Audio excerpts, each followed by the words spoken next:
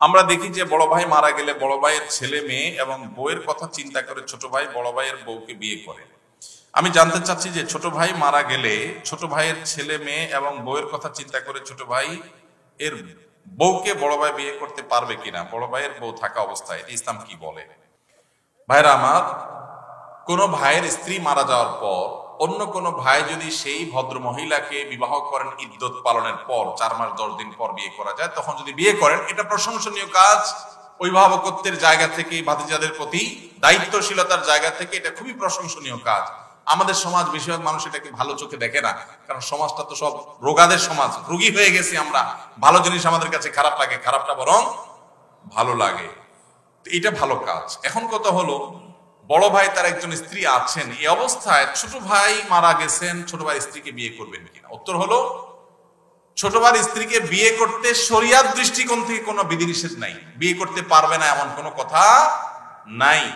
বাকি তার দুজন স্ত্রী একসঙ্গে থাকলে তিনি ইনসাফ করতে পারবেন কিনা, শরিয়ার বিধিবিধান মানতে পারবেন কিনা, সাম্যতা বজায় রাখতে পারবেন কিনা, এখানে আবার কিন্তু ন্যায্যতার ওয়াজ আনলে হবে না, এখানে কিন্তু সাম্যতা লাগবে, সমান সমান দিতে হবে। এখানে আল্লাহ তাআলা সেটা আমাদের জন্য আবশ্যক করে দিয়েছেন। তো সেটা করতে পারবে কিনা এই বিষয়টা নিশ্চিত করতে হবে। যদি পারেন তাহলে সব যদির পরে, সব শর্ত পূর্ণ হওয়ার পরে তিনি চাইলে শরিয়া সম্মত ভাবে তিনি বিবাহ করতে পারবেন।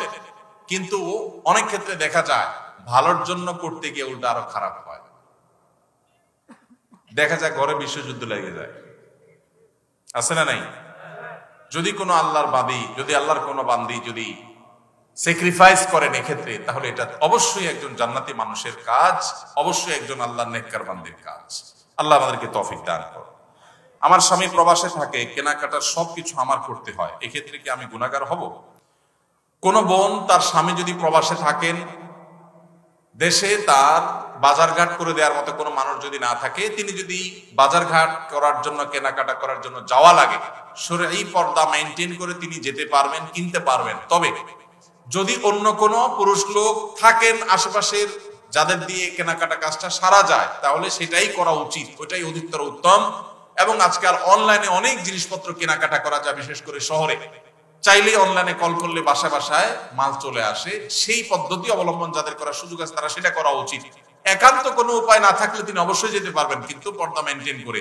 অনেক সময় আমাদের বোনেরা এই সুতা দিয়া, এই উজুহাত দিয়া লাগবে লবণ 1 কেজি, বাজারের এ মাথা থেকে ওই মাথা পর্যন্ত 7 চক্কর তওয়াব দিয়ে ফেলে, আছে না নাই? এই জন্য ইন্নামাল আমালু বিন্নিয়াত।